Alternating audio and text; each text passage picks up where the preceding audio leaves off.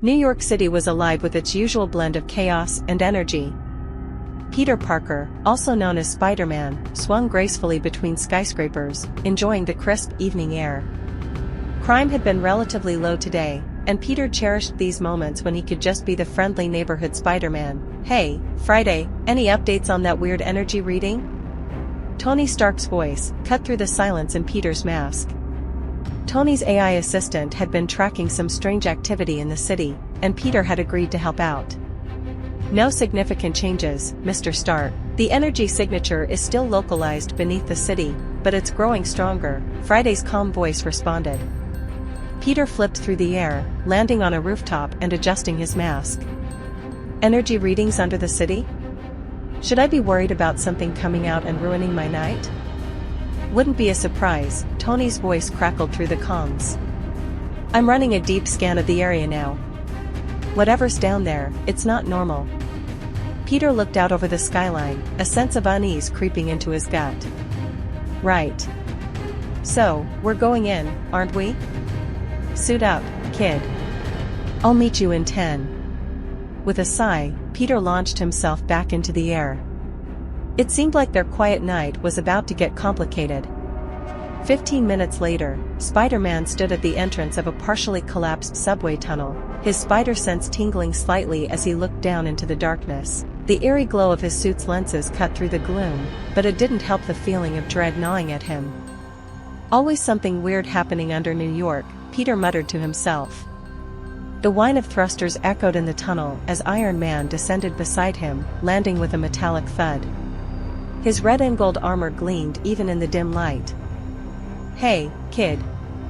I'd say this is another fine mess we've gotten ourselves into, but I think it's about to get worse," Tony quipped, scanning the tunnel with his suit's sensors. Spider-Man crouched down and peered deeper into the dark. "What's the deal with this energy? Is it dangerous?" "Probably. But we don't know enough yet. It's growing rapidly, and it's coming from below, way below," Tony said, pointing to a deep fissure in the ground where faint green light pulsed irregularly. Peter shot a web down the fissure and swung himself into the darkness. Tony followed, using his thrusters to hover beside him. As they descended, the green glow grew brighter, casting eerie shadows on the walls of the tunnel. When they finally landed, the scene before them was unlike anything Peter had expected. The cavern was massive, the walls lined with strange, alien-looking technology. Giant cables ran from the ground and up the walls, pulsing with energy.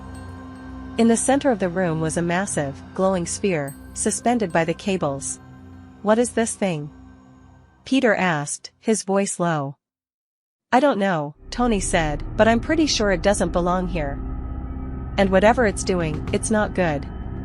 Before they could react, the cables surrounding the sphere snapped free, retracting into the walls like massive snakes. The sphere began to spin, emitting a low hum that vibrated through the air.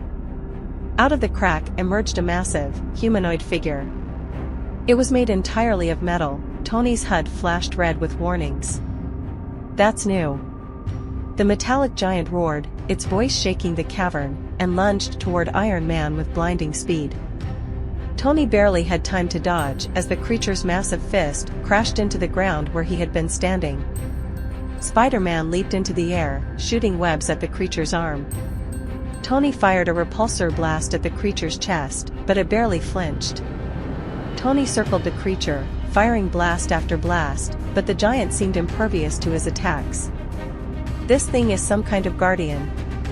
It's defending the core. We need to get to the core and shut it down," Peter shouted, dodging another massive swipe from the creature's arm. Tony nodded. "On it. Keep it busy."